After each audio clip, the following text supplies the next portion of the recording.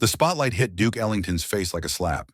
It was 1938, Harlem's Cotton Club, and the air thick with cigarette smoke and tension you could cut with a blade. Duke's fingers hovered over ivory keys that had made him a legend. But tonight, those fingers trembled. Not from nerves. From rage. A white mobster named Dutch Schultz sat front and center, grinning like a wolf. And he'd just done something unforgivable. Before we dive into how Bumpy Johnson settled this score with nothing but a knife and ice-cold nerve, make sure you're subscribed to this channel. We're bringing you the untold stories of Harlem's golden age, the ones they don't teach in history books. Hit that subscribe button and the bell icon, because you won't want to miss what happens next. Trust me, this story takes a turn you'll never see coming. Now, let me take you back to where it all began. Harlem in the 30s was a paradox wrapped in jazz music and survival. On one hand, you had the Renaissance, black excellence blooming in every speakeasy and dance hall. On the other, you had white-owned clubs where black performers could entertain, but never sit as guests. The Cotton Club was the crown jewel of this twisted arrangement, a palace of segregation where Duke Ellington and Cab Calloway made white folks rich while their own people watched through windows. Duke Ellington had clawed his way from Washington, D.C.'s streets to become America's premier bandleader. His orchestra didn't just play music, they created sonic architecture. Every note placement was deliberate, every arrangement a masterpiece. When Duke sat at that piano, he commanded respect from everyone. Everyone except men like Dutch Schultz. Dutch Schultz wasn't just any gangster. He was a paranoid, violent sociopath who'd built an empire on bootlegging and murder. By 1938, he controlled numbers rackets across Harlem, beer distribution throughout New York, and had a reputation for unpredictable brutality that made even other mobsters nervous. He was the type of man who once kidnapped a rival, taped his mouth shut, and personally beat him for hours just to prove a point about respect. And now Dutch Schultz had Duke Ellington in his sights. The trouble started 3 weeks before the knife incident. Duke had been performing at the Cotton Club for nearly a decade, but he'd grown tired of the degradation. The club's owner, Oni Madden, treated his black performers like exotic pets, profitable but lesser. Duke wanted out. He'd been quietly negotiating with venues in Europe, planning an exit that would free him from this gilded cage. Dutch Schultz got wind of these plans. To Dutch, Duke leaving represented something bigger than one musician's career move. It was defiance. And Dutch Schultz crushed defiance like cigarettes under his heel. The first warning came subtle.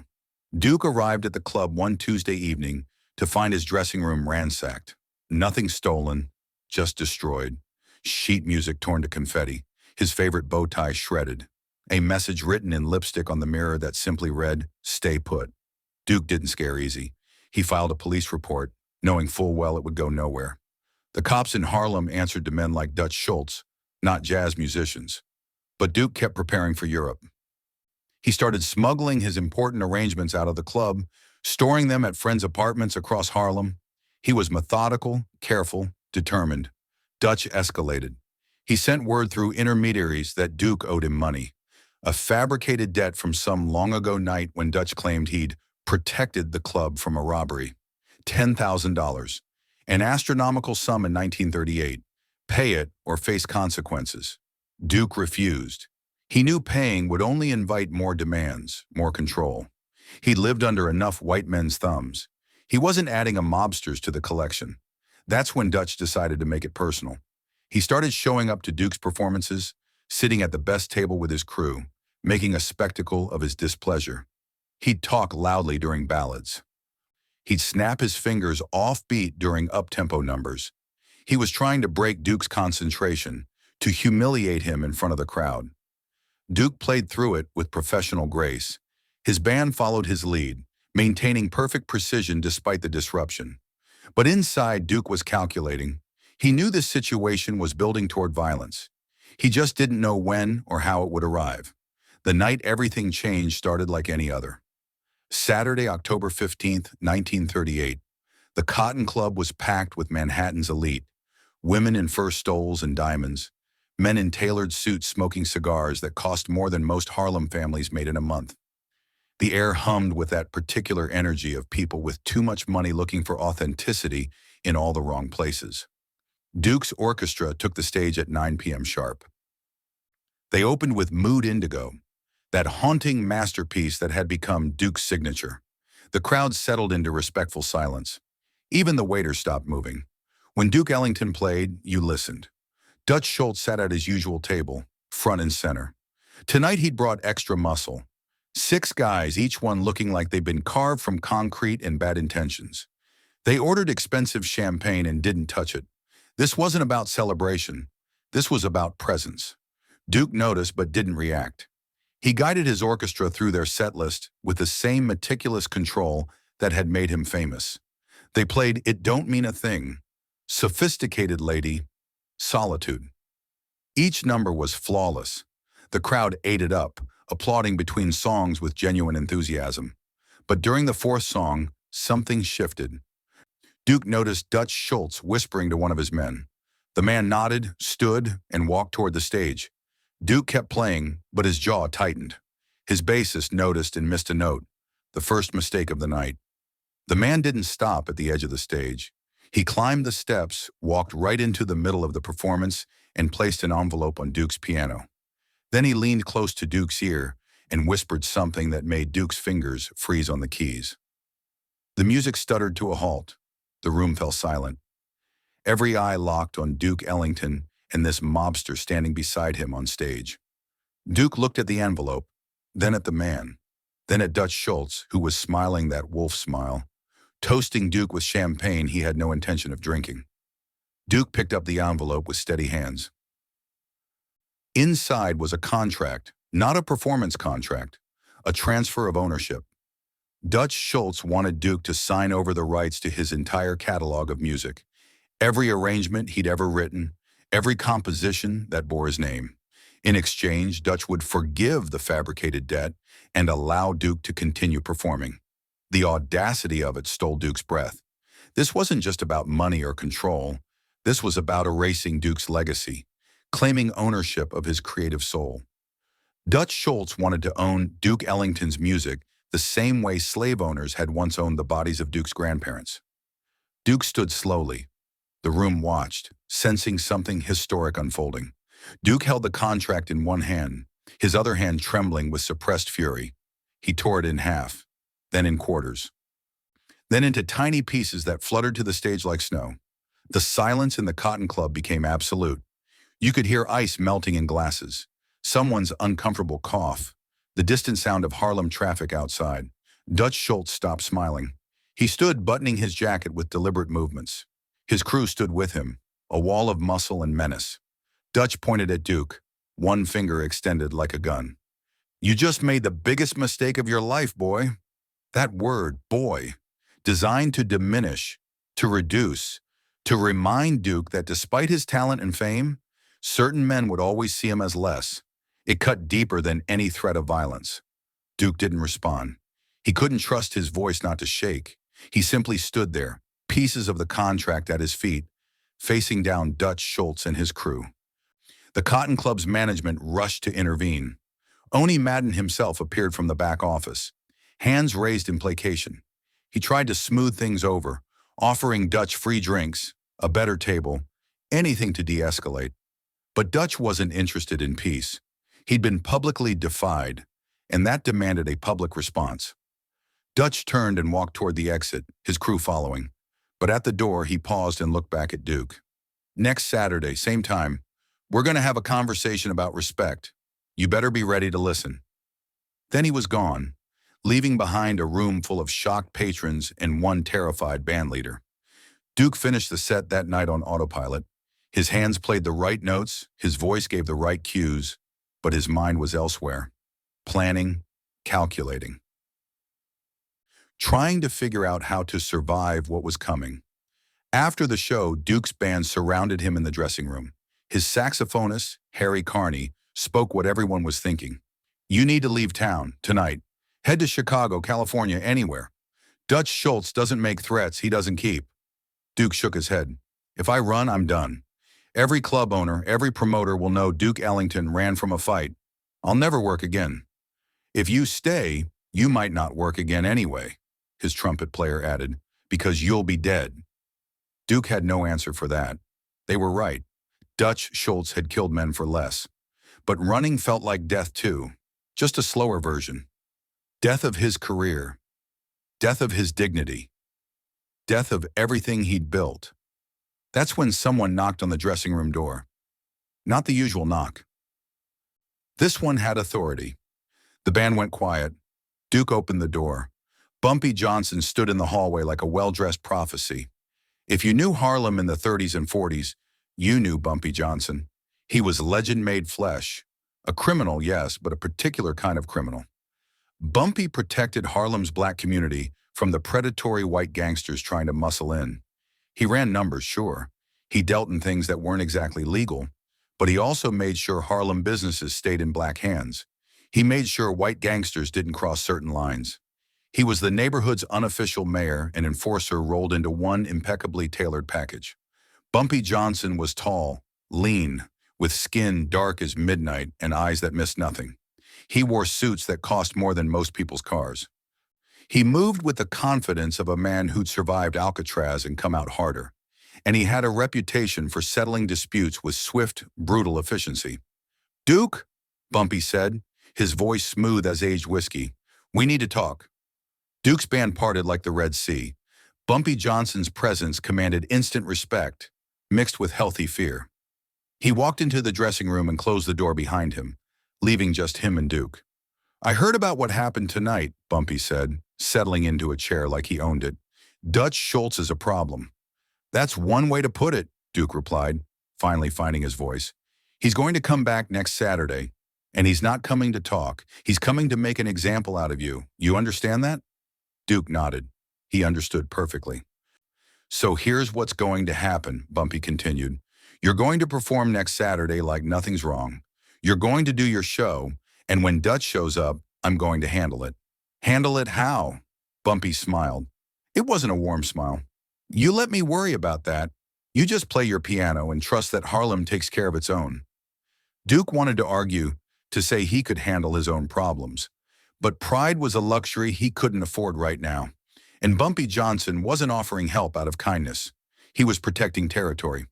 If Dutch Schultz could humiliate Duke Ellington publicly, it sent a message that white gangsters could do whatever they wanted in Harlem. Bumpy couldn't allow that message to stand. "What do you want in return?" Duke asked, because nothing in Harlem came free.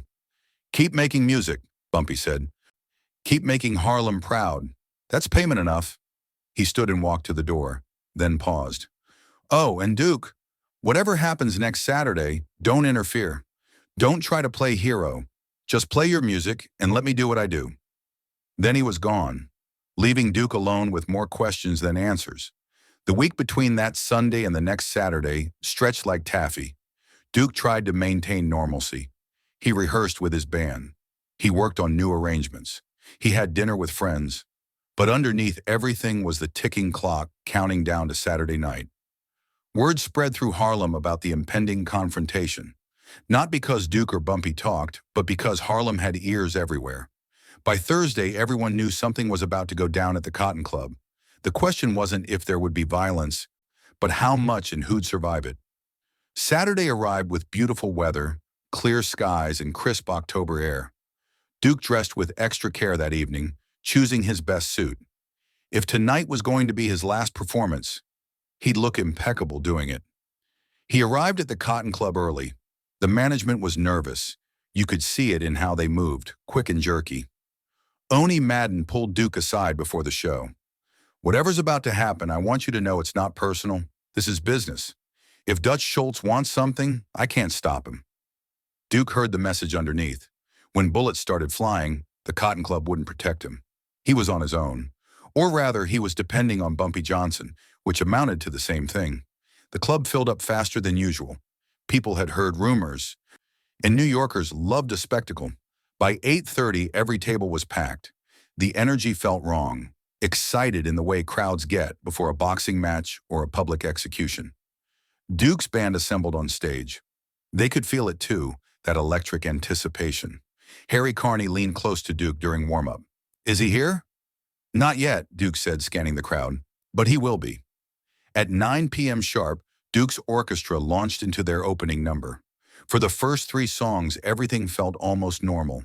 The music was perfect, the crowd responsive. Duke started to wonder if maybe Dutch had decided to let it go, to move on to easier prey. Then the door opened and Dutch Schultz walked in. He brought twice as many men as last week. 12 guys, all carrying barely concealed weapons. They moved through the crowd like sharks, clearing a path to the best tables. Other patrons scrambled out of the way. The management rushed to accommodate them. Dutch sat down in the exact same seat as last week, directly in Duke's eyeline. He ordered champagne again, and he waited. Duke kept playing. His hands were steady now, his mind clear. Whatever was going to happen would happen. Fear had burned through him all week and left behind something harder. Acceptance, determination, pride. They were 3 songs into the set when Duke saw Bumpy Johnson enter the club. He didn't make a production of it. He simply walked in, alone, and took a table along the side wall. He ordered a drink. He lit a cigarette. He waited. Dutch Schultz noticed Bumpy immediately. The recognition passed between them like voltage. 2 predators acknowledging each other. Dutch's smile faded. His men tensed up, hands moving toward weapons. The air in the Cotton Club became suffocating. Duke transitioned into Sophisticated Lady. The irony of the song title wasn't lost on anyone. Here they were, supposedly sophisticated people in an upscale club, about to witness something savage. Halfway through the song, Dutch Schultz stood. His men stood with him. He walked toward the stage again, just like last week. But this time, Bumpy Johnson stood too. Bumpy didn't rush. He didn't draw a weapon. He simply walked at an angle that would intercept Dutch before he reached the stage. The crowd noticed. The music noticed. Duke noticed, but kept playing, remembering Bumpy's instruction not to interfere. Dutch and Bumpy met in the middle of the dance floor. They faced each other like gunslingers in an Old West showdown. Except this was Harlem and the weapons were different. "This doesn't concern you, Johnson," Dutch said loud enough for everyone to hear. "Everything in Harlem concerns me," Bumpy replied, his voice calm as Sunday morning. "The piano player owes me money. That's a business dispute. Stay out of it. Duke Ellington doesn't owe you a damn thing, and you know it." The temperature in the room dropped 20 degrees. Dutch's men moved closer. Bumpy stood alone but unbothered. He reached into his jacket, and every one of Dutch's men reached for their guns. But Bumpy didn't pull a gun. He pulled out a knife. Not just any knife. A switchblade that caught the stage lights like a falling star. He held it casually, almost carelessly, thumb on the release. "Here's how this is going to work," Bumpy said, his voice carrying to every corner of the silent club. "You're going to sit back down. You're going to enjoy the music.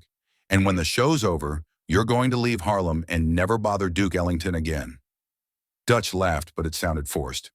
"You think one knife is going to stop 12 guns? You're dumber than I thought." Bumpy smiled that dangerous smile. "Guns are loud, Dutch. Guns bring police. Guns make newspapers. You really want that kind of attention over a piano player?" He clicked the knife open with a sound that echoed like a bone breaking. The blade was long, well-maintained, and had clearly drawn blood before. Bumpy held it at his side, relaxed as a man holding a newspaper. "But this," Bumpy continued, "this is quiet. This is personal. Before your boys even clear their holsters, I can put this blade through your throat. You'll bleed out right here on this dance floor while they watch. Is that really how you want to go out? Over Duke Ellington?" The standoff stretched. Seconds felt like hours. Dutch's men waited for orders. The crowd held their breath. Duke's fingers hovered over the piano keys.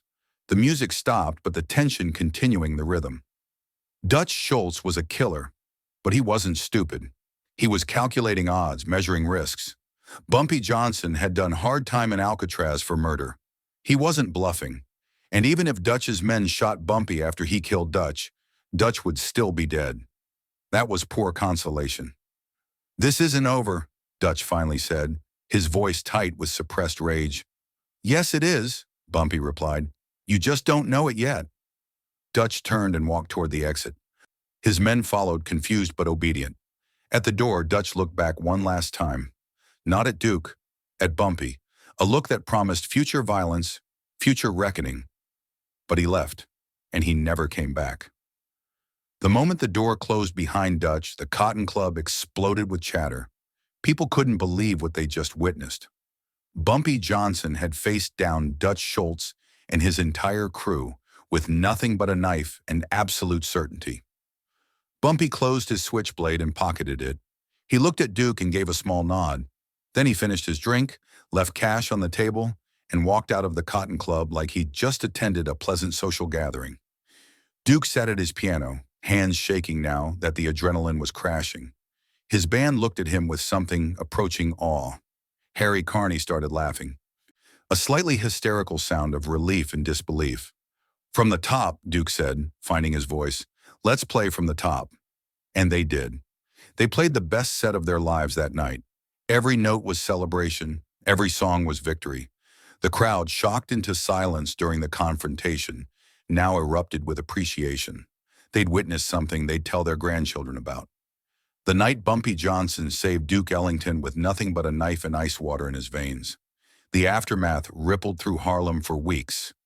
Dutch Schultz, humiliated by the public confrontation, tried to save face by claiming he'd never cared about Duke Ellington anyway. But everyone knew the truth. He'd been outplayed, outmaneuvered, and most importantly, outrespected. Within 3 months, Dutch Schultz was dead. Shot in a Newark restaurant by rival mobsters who'd grown tired of his erratic behavior. Some people whispered that Bumpy Johnson had something to do with setting up that hit, but nothing was ever proven. All anyone knew for sure was that Dutch's death freed Harlem from one of its most unpredictable threats.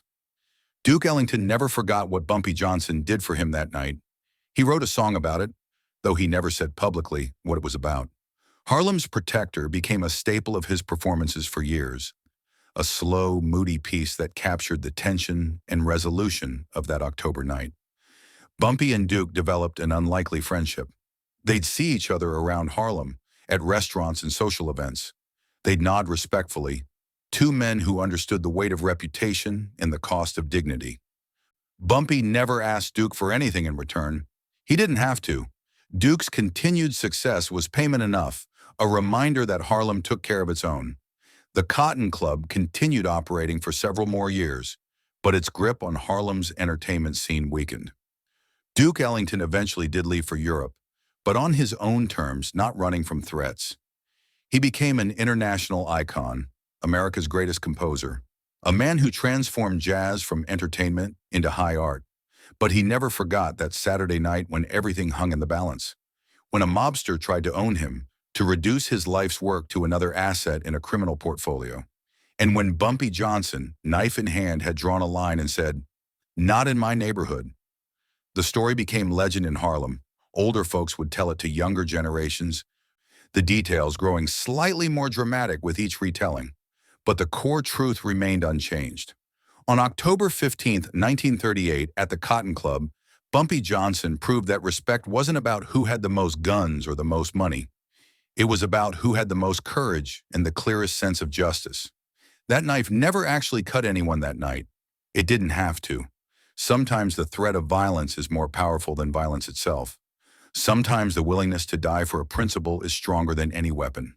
And sometimes justice comes from the most unexpected places, delivered by men who lived in moral gray areas, but knew exactly where to draw hard lines. Duke Ellington lived to be 75 years old.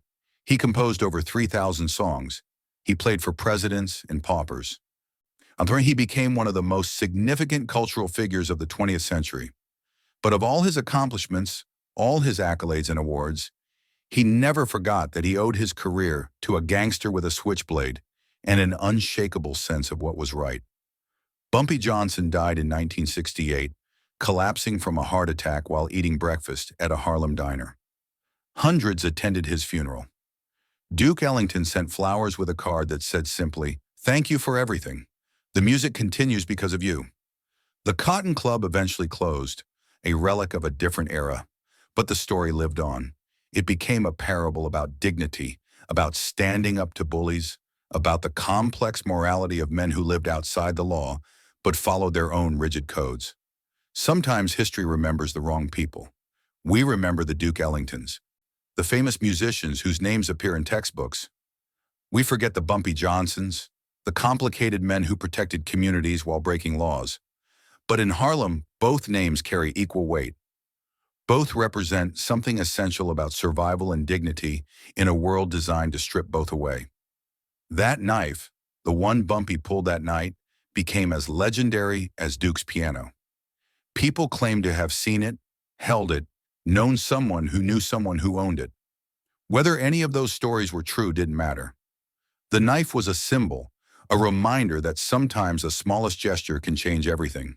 And Duke Ellington's music, still played in concert halls and jazz clubs around the world, carries within it the echo of that October night. Every note is defiance. Every arrangement is dignity. Every performance is proof that art survives when people have the courage to protect it. The Cotton Club is gone now. Dutch Schultz is long dead. Bumpy Johnson rests in a Harlem cemetery. Duke Ellington's music plays on forever. But on quiet nights in Harlem, old-timers still tell the story. They tell it to remind young people that respect isn't given, it's earned. That dignity isn't a luxury, it's a necessity. That sometimes the measure of a man isn't what he takes, but what he refuses to let be taken. And they tell it to remember a time when a gangster with a knife stood between evil and excellence, and without firing a single shot, changed the course of musical history.